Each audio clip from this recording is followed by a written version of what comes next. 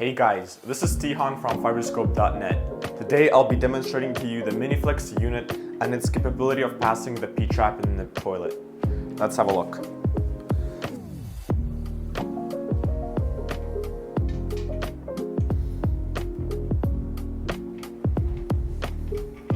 This is the 19mm unit, and as you can see, we'll be easily and quickly able to pass and get out into the main system.